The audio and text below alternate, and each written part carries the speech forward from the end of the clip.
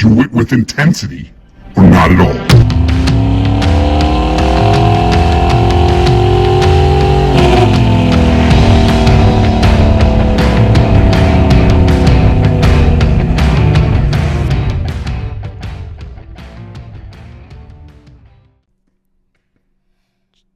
Welcome to the Intensity Podcast. I'm your host, Hans the Hammer Hartleben, here today with our co-star, the one and only Payal Patel. She's been on a few times. If you're following the show, you know her a little bit. Hopefully you get to know her more with every episode. The Intensity Podcast, somebody asked me, well, what is it? Raw fire for relentless hustlers. I like it. How you like me now? Hope you guys are having a great summer. You seem really tiny. Okay, getting a little bigger. Okay. Hope you're having a fantastic summer. I don't know, here, ask me if I had a great summer. Did you have a great summer? Not really. Why? It rained. It rained all summer. You can't control the weather. I didn't say I could. I'm stating the facts. I'm not going to lie about it. Oh, it's just been so wonderful. One gets better after the next. That's bullshit. This podcast is real and raw. That's what you get. Today we're going to be talking about the tipping point, which I love. This has got to be one of my favorite topics, just going through and writing everything here. There's a playground just down the road, right? Mm-hmm. It's a miniature little water park for kids. I love that. And it has one of these big buckets. You guys have seen this, that the water fills up. Huge bucket, though. It takes a lot of filling, but eventually it has more water leaning to one side, and it tips over and spills. And we're going to mention a couple different tipping points, what that means and what it looks like, how you get to a tipping point, and what you do from there. How you can tip the bucket yourself before it just spills out, where you're in control. And really, going through this episode, it's just about how pissed off you are. What level of pissed off are you willing to get to and handle and endure till that bucket tips? Some people wait forever. I got a couple examples here. So there's micro tipping points. What are some micro tipping points? Kids misbehaving. So kids are naughty. And parents tolerate. Their back seat of the car, 3 kids in the back, and they push and push and push and push until, all right, God damn it! And your dad reaches behind the seat and starts swinging. Okay, right? Yeah. Anybody with me here? That he hit a tipping point.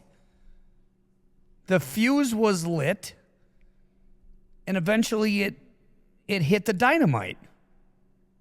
But we're going to stick to the tipping point analogy. So kids also, they push, they're at school, misbehaving, they got a couple detentions, all of a sudden they're suspended. Parents are like, fuck it, I can't do this anymore. That's it. And there's a big blowout. And they got to get cleaned up and figure it out. No more detentions, nothing. They got to start acting straight. It's things as simple as turning on the air conditioning. I like it hot.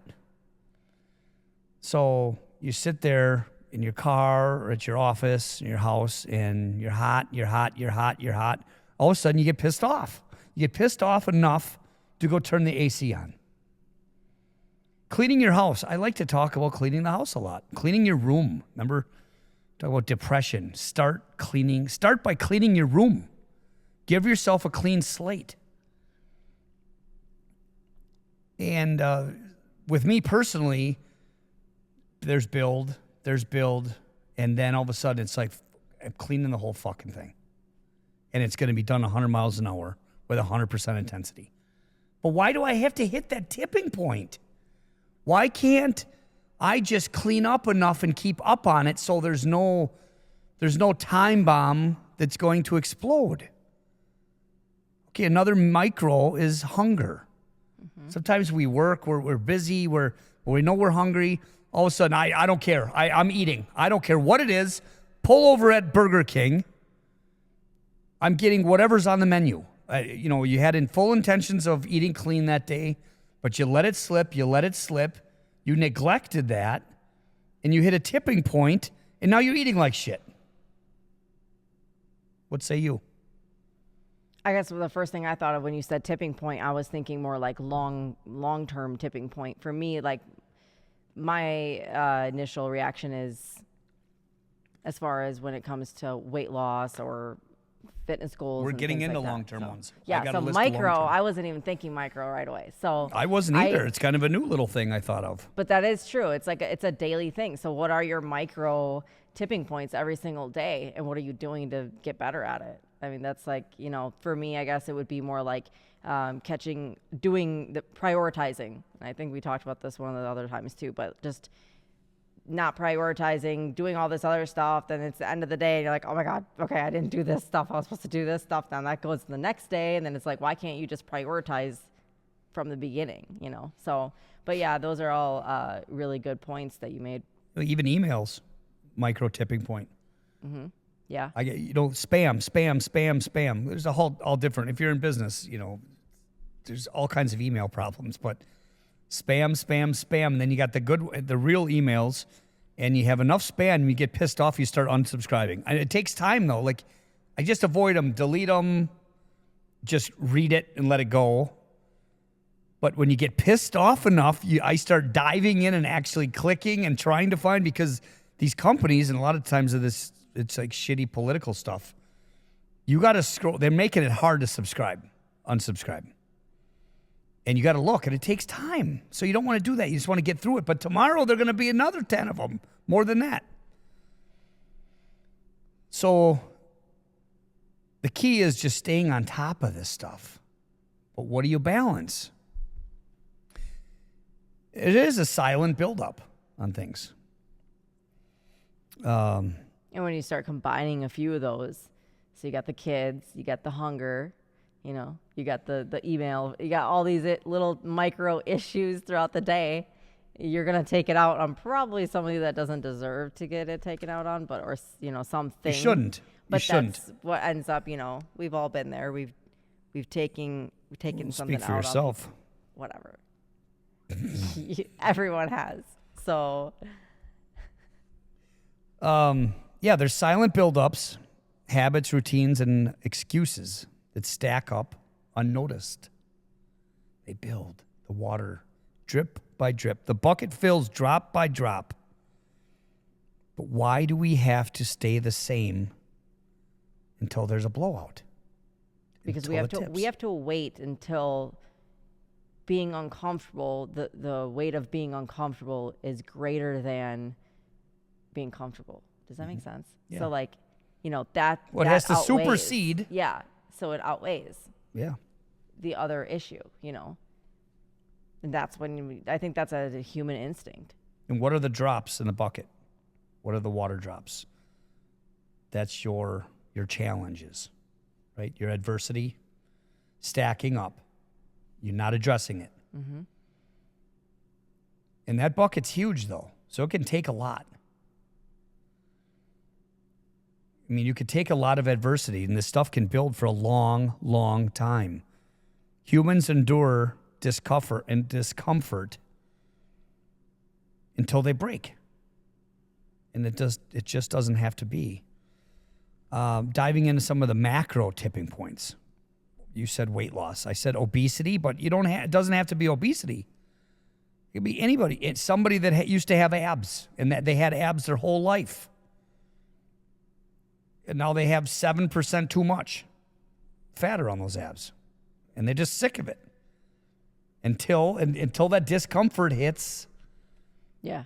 It's all relative. I mean, as far as it goes with weight loss or just personally, for me, it was always okay, you go in the fitting rooms and you try stuff on, and you slowly keep having to get bigger sizes, and whenever a camera's around, you kind of don't want to be in the photo. You start not looking back at your photos in your phone because you don't like the way that you're looking.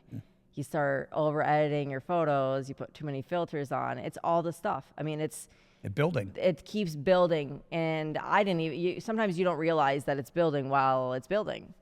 You keep on and keep on, and you keep changing things. You keep getting the bigger sizes. You keep getting the looser clothes. You start hiding behind people in photos. So those are all things that eventually, or maybe you go to the doctor and then they tell you have type 2 diabetes, or you've got some other health issue that you need to address. And sometimes some people it takes that long until there's a health scare to and then it tips make a that change. day, Yeah, that time, that news. hopefully. And we've seen plenty of people that it doesn't tip then either. So. And to be clear, type 2 diabetes, in my opinion, is pre-diabetes. Now people are saying, I'm pre-diabetic. But you're not even close to being, you're close to being type 2, which is not real diabetes. Until you're insulin dependent, you are not a real diabetic. And I'm saying that I don't want people to get there. You got to be under 100, your glucose level. Type 2 is curable, which I think a lot of people don't know. Which means to say you're not truly diabetic. Yeah, but as far as you should still do something about it.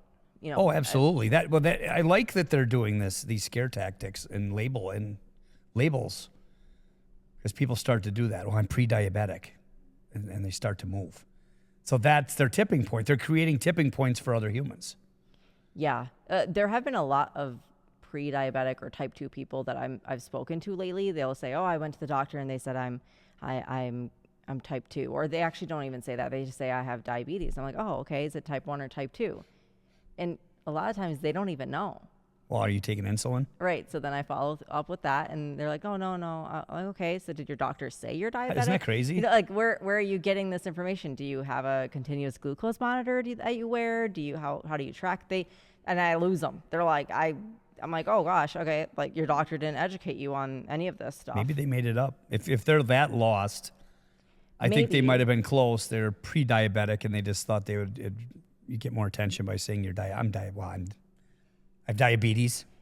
Or it just depends. I think there's such a wide array of doctors out there now too. The ones that are more holistic, the ones that are not, the ones that educate, the ones that don't.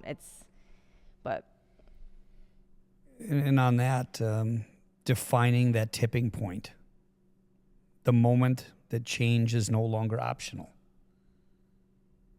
And that doesn't have to be that you hit a complete dead end. Like, okay, I have liver disease. That's a wall. There are changes that are optional normally. I have macro tipping points in your career, your job. You can't take it anymore. You go in every day. You don't realize how miserable you are until maybe, you're doing this for years, 10 years, 15 years. Someone close to you passes away. And that was a tipping point for you. Like, fuck, I'm not going to live like this. Life is too short. I'm going to find something that makes me happy, a career that makes me happy, which you should be doing. You should be following your passion. A job should be challenging. It should have adversity, difficulty. That's part of life. That's part of the reward. But it shouldn't be miserable 24/7. And you should look forward to going to work or doing work. You should look forward to that. Bits and pieces, no. A meeting that you're not looking forward to, yes. Okay, I get it. But overall, what do you think? 80%, you got to love that? You got to love it? Yeah, definitely. And I don't think that's true for many, many people. Why? Because of what I hear from people. What do you hear from them? I just heard from somebody lately too. She came right from work and she was just miserable. Her face was red. She was about to like burst into tears. It felt like, and she had it. She had it. It was her tipping point. And it was due to a conflict with a boss situation, and just the feeling of you just don't love it. You're not loving it as it is, and then someone says something to you that just totally takes you out. They're like, I don't even need to do this. I don't want to do this. But I think a lot of people stay in jobs because they think they need to, right? So, okay, they need to support their family. They need to, they made it up in their head like, okay, if I have to because I have to support my family. Most of the time I feel like that's the case, right? So like, I have kids, I need to do this. Completely respect that. But I think that eventually long-term, like kids get older, they move out. I feel like a long-term thing for that person is like, they just stay because it's comfortable. And so many humans keep doing the same thing or keep doing something they don't love genuinely because it's comfortable. Change is hard. You talked about Savannah, your daughter, how change affected her even at a younger age, but still does. But sometimes you're comfortably miserable. Right. But you're miserable. Yes. It's a miserable comfort. We talked about this before, but and why? Because if you stay there, you know what to expect. Yeah. I know the level of misery and discomfort I'm going to have. Yes. And I'll take that over the unknown, trying to be happy, following your passion. That's scary, jumping off the cliff. Yes. And most people aren't willing to risk everything or, and not that that's what it takes, but people aren't willing to even take a small risk a lot of times. Sometimes we speak to people, they're very just cut and dry. Here's what it is. Here's what we're doing. I can't go outside this box because then what if this happens? What if that happens? So there's that part too. People are just not willing to take the risk. They want the reward. They don't want the risk, but that's not how it works. Wanting. Then there's wanting. Yeah. That's wanting. Yeah. Business. Tipping points in business. I think we're at a tipping point. Maybe, you enjoy the summer. Well, we didn't enjoy it that much. September 1st is back to school for me. It always is. And this time I'm just a little more pissed off. There's been nothing that has happened per se with our business that has made the bucket fill, the water line fill to the top. It's like maybe at the middle or less than the middle, and I'm dumping it over. I'm taking control of that. So I'm being proactive with my tipping point. We're pissed off, and we're going to do a hard reset on a bunch of things. We have lots of people giving us excuses. We've been very lenient, and kindness gets mistaken for weakness sometimes. You give someone an inch, they want a mile. So why did you give them the inch? Okay, you give them an inch. I want 2 inches. Can you give me a foot? And it goes on and on and on. And you're miserable as a business owner because you keep giving and you're tending to all these setbacks or these delays. Extensions. Can I get an extension? We can't afford that. We can't afford to be up to brand standard because we don't have the sales to do that right now. That is not the attitude to have in life. For a franchise, you signed up to dedicate yourself to staying compliant with the brand standards. It's not based on your sales. Yeah, and not to only mention, so a lot of this though is because it's frustrating because of course we've had a lot of experience with all of this, right? We've seen what happens when you don't. We see when people don't live up, don't comply with standards or, have a facility up to standard in our case. We see what happens after that. We see slowly it just starts to decline. right? It doesn't go anywhere good. So sometimes, I mean, in our case, we have to be the bad guy. And I mean, I'm okay with that because I know that in the end, it's only going to help them.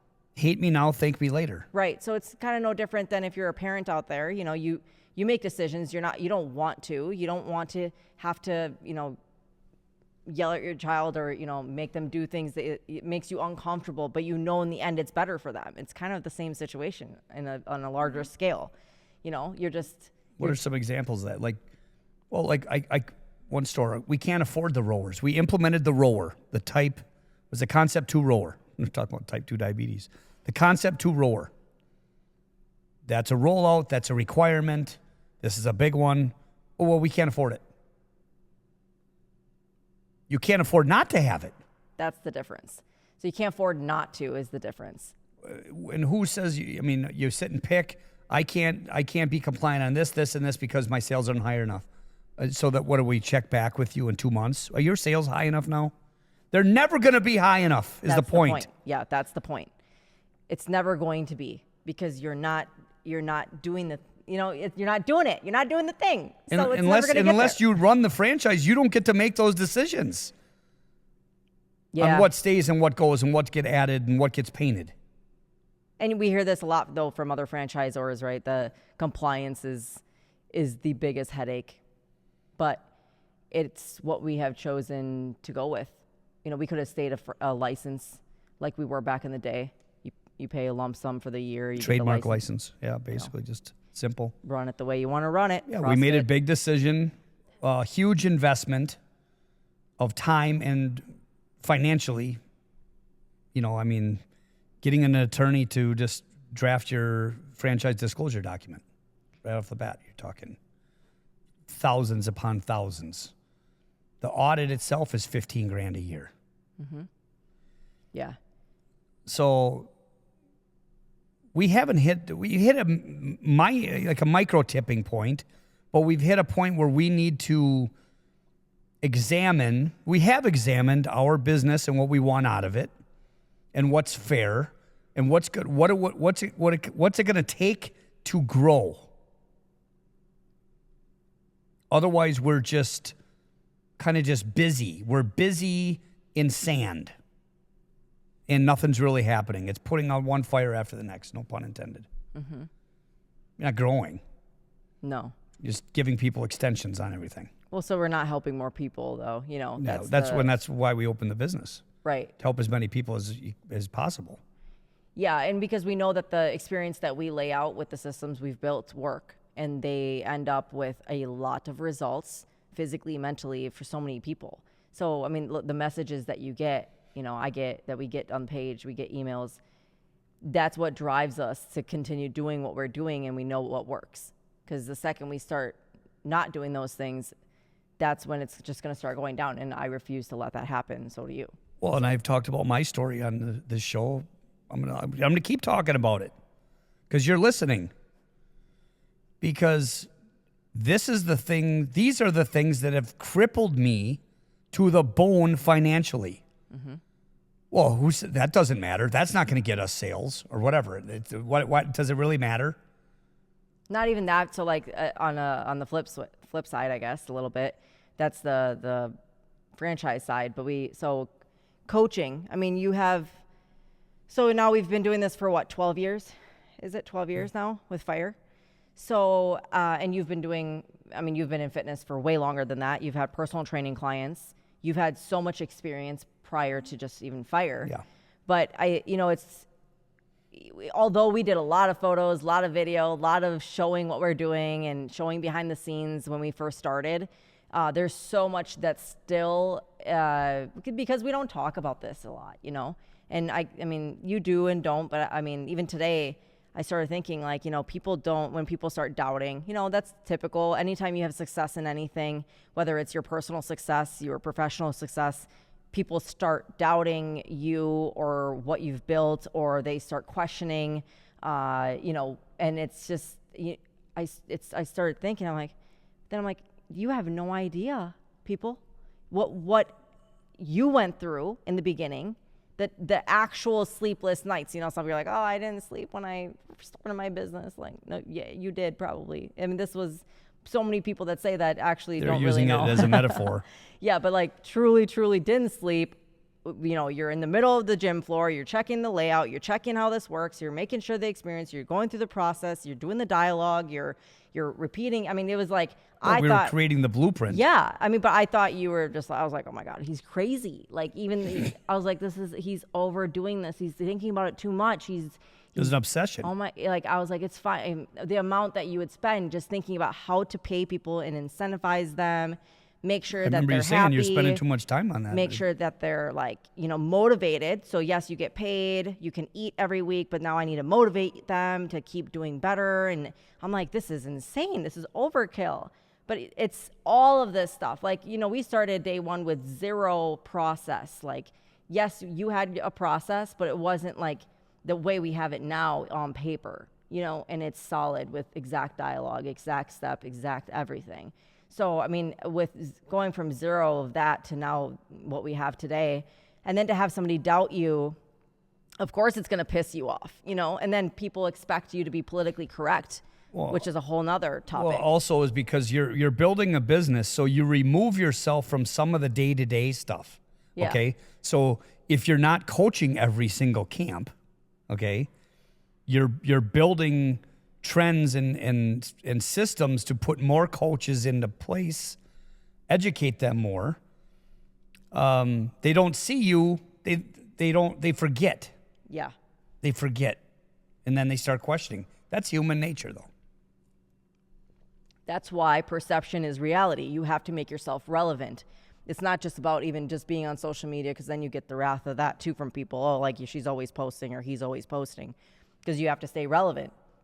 Like even in UFC, these guys, you don't hear about them for like a few months, and it's like you forget about They like become irrelevant, and it's the next guy that's on stage. It's they got to keep fighting. Yeah, you do. There's a lot of truth to that. And the same thing goes with business, though. You got to keep fighting, and keeping yourself relevant, keeping your business relevant, your process, and people have to continue believing in what you're doing, and that you know what you're doing. So we hit a tipping point. We're getting back to the basics, better training, better education. I mean, we're going back to the roots, the ground floor, to build a more solid and strong foundation. In short, that's what we're doing. And we're not going to do it very pleasantly to some people. We are very compassionate people. And if you follow our lead, you can be very successful. You're either going to get on our bus or we're going to run you over with our bus. That's just going to be the way it is. And hate us now, thank us later. That's really what this is. I don't know how we got into all that, but we're talking about business and tipping points. Right, but I just kind of relating it back, though, too, as far as, professional, I'm talking about like their jobs. Like if you have a job out there, the same thing goes with that. I mean, if we just, even if when you're working for somebody and not working for yourself, I think sticking to what you believe in is important. And I think that's basically what we're doing. Well, that's what I was just really quick was going to say. That's what crippled me financially was in my heart. I knew that these things needed to happen. And I had listened to everyone else around me that weren't in my business tell me and question me why I'm making these decisions. And I thought, because I'm a very open-minded person, you know that. I'm willing to think of anybody's perspective and put myself in anyone's shoes. You're really good at putting yourself in other people's shoes. And that's what drives me crazy, though. It drives me crazy, too. Because you got to see it in their eyes. How do they feel about it? How are they looking at this? But they're not the one holding the bill at the end when it doesn't work. And you're like, okay, that doesn't matter. Okay, go ahead. You don't have to do that. Go ahead. We talk about, I wanted Irish music in the bar. Well, you got to have a jukebox. Okay, there's Motley Crue playing. Well, my whole atmosphere is shot. And people will try to derail you at all times, all throughout your day. You get derailed. People are going to try to derail you. Yeah. Take you off track. You can't let people take you off track if you are passionate about really succeeding in life. You just can't afford to be derailed. Right. You have to make a decision if what you're chasing is actually what you want to chase. 1,000%. Whether it's Is that the hill you want to die on? Yes. It's not about the war, it's about the battles. Yeah. It's if you go into it with uncertainty, of course you're going to be persuaded to go a different route, and then you're just going to end up somewhere you have no idea. You're going to be lost. Is what you're going to be. Okay, so we talked about the micros, the macro tipping points, recognizing the signs early, the whispers before the explosion. Stress, burnout, financial strain, self-neglect. You have to identify these things. So I guess my advice is, if you feel it, it's almost like somebody taking a little knife and stabbing you. These little pain points, they build up. But when you start feeling those pain points, do something about it. Well, before it's too late. Start there. Start anytime there's pain points. And start somewhere instead of just blaming something or somebody. I think people are so quick to say, oh, well, this is because of that. Well, that's what's going to happen then, is if you use excuses, and people come up with some elaborate excuses. Yeah. I mean, if you tried that hard to sell memberships, we wouldn't be having this conversation. No. But people are very good salespeople. They don't even realize it. But their shift is off. They're selling the wrong people. But trying to measure that water level in your life before the bucket tips. The tipping points, turning the crisis into momentum. That's what we're talking about with our business. Mm-hmm. So we're completely excited. I speaking for myself, but I mean, I'm feeling September 1st, we have some big goals. We're already looking forward. This is the first time I'm looking forward to a new year, 2026. We're going to do some damage. And that is exciting. Turning crisis into momentum. You can do that. I talk about this. Being pissed off, get mad. Something's not going your way and it's bothering you and you're not getting anywhere and you're stuck in sand, stuck in quicksand. It's okay to get pissed off because a lot of production and productivity happens when you're pissed off. And sometimes if that's what it takes, go for it. You don't have to hurt anybody. No, you don't. In your warpath, it could be your own warpath of getting shit done, getting yourself on track, getting other people on track. And if other people aren't on board, get them out of your way. I think that's another thing. There are so many people, going back to the derailing, so many people for some reason want to get in your way. It's a magnet. They see you becoming more successful or see you doing better for yourself and they gotta stop you. That is true of fitness. How many times have we heard our clients finally getting some traction? It's working. The weight is coming off. They're smiling more. They're getting stronger. They're buying new jeans. And who's the first motherfuckers in their way? Family. Their spouses. Yes. Their family. Yes, always. And it's usually not their kids, though. So isn't that an interesting thing? Their children are usually their biggest fans. Yeah. That's true freaking love. That's why. Yeah, well, they can feel it. They feel you have more energy. They see you happier, and then you're actually spending more time with them, and it all goes together. But yeah, there's something about spouses, and family in general, brothers, even sisters, blood, mom, dad. I mean, we've seen it all we've seen it all get ugly that way too. It's crazy. But then even your friends or your so-called friends that you think were your friends, but then all of a sudden they're not really your friends. I think there is also a lot to be said there. It's okay to not have any friends and start over. You don't need sometimes tipping point on friends. I mean, they're not your friends. They're your acquaintances or your drinking buddies. Right. Because all of a sudden they weren't there anymore. They were your biggest cheerleader when you're falling on your face. almost encouraging that type of lifestyle. Yeah. Well, because it makes them feel comfortable too, right? Because if they're down in the dumps too, then now they got you to lean on. So now it's like, okay, now you're not there with me and you wouldn't understand because you're like doing better now. So you don't get it. Talking about weight loss, I do have to bring this up because this is stuck in my mind. This was something, I think it was one situation, there was a tipping point for me that I noticed. Somebody had complained. Anytime Fitness, we had a lot of trainers, and it was interesting to see how people supported the clients that were overweight. So you could have an overweight client on the floor getting personal trained, they're grunting. They're doing burpees, they're on the floor, they're lifting weights, and they're grunting, and people are like the biggest supporters of that. Like, oh, that's so great. Good for them. Until they got in shape. And I have watched that transformation happen with my own eyes. Watching that client that was 50 pounds overweight become his prescribed weight, his or her prescribed weight, wear a little bit of less clothing, and those people ain't happy for him anymore. In fact, they complained. I had a couple complain about this client, about what she was wearing and the noises she was making when she was training. And that girl got herself in shape with the help of a coach, a trainer. But they didn't like it. And they were uncomfortable. And I went back and watched the cameras. I know I told you about this before.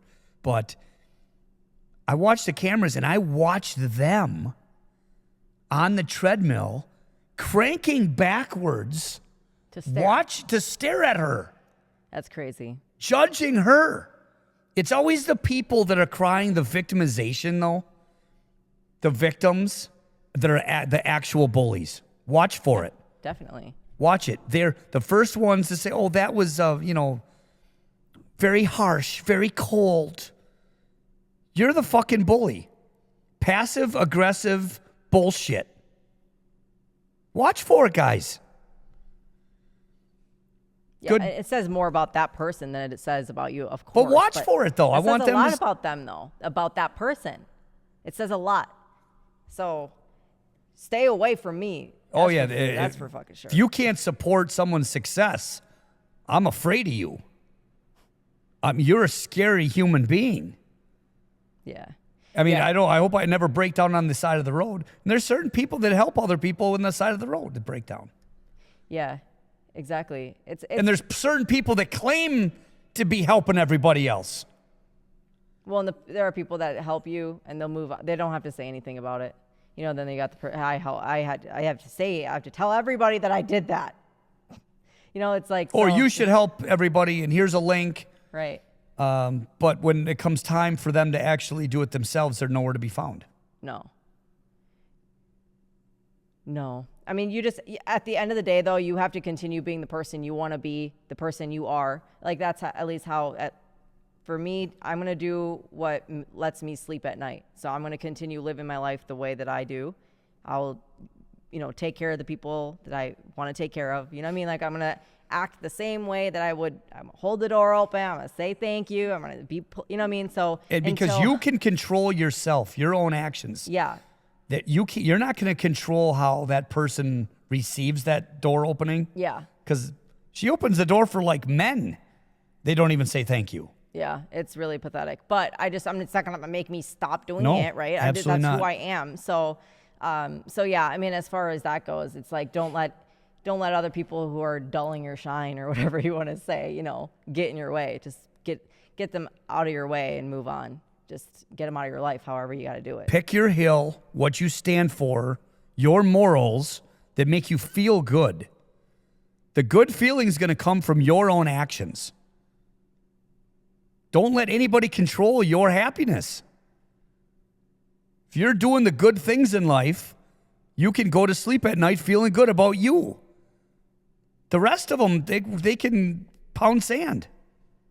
Just going back to the spouses really quick, though, too, a thought with that is as far as them not being supportive or not being happy for you when you are improving yourself, physically, mentally, professionally. I mean, people that have jobs, they find their dream job. They love it. They're just so happy.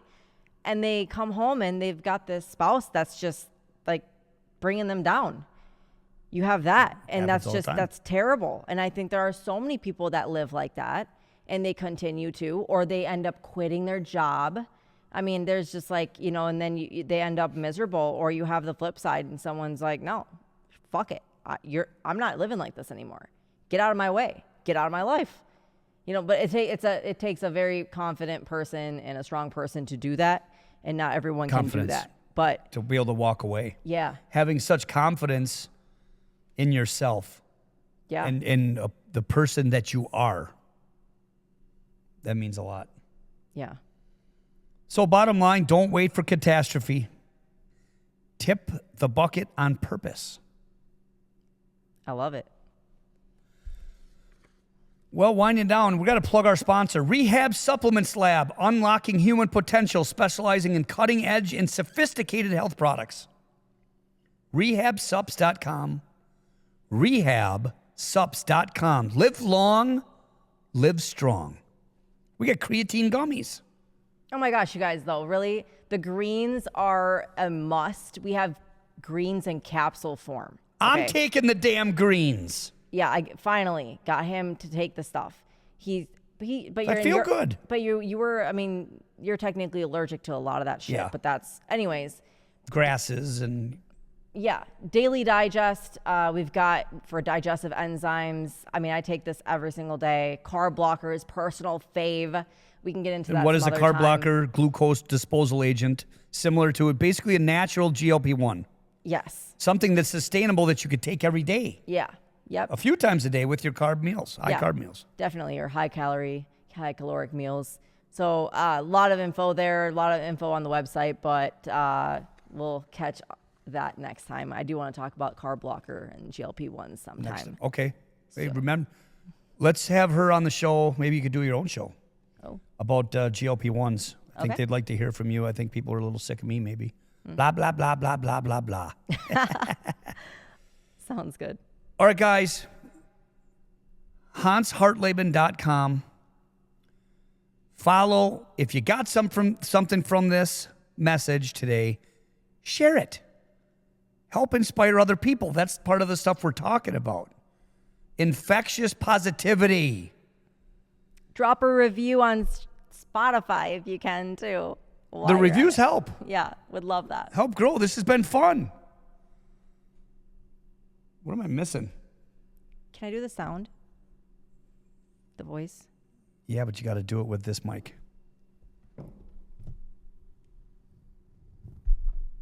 Get that one out of there.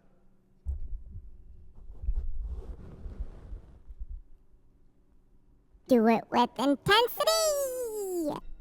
Or not at all.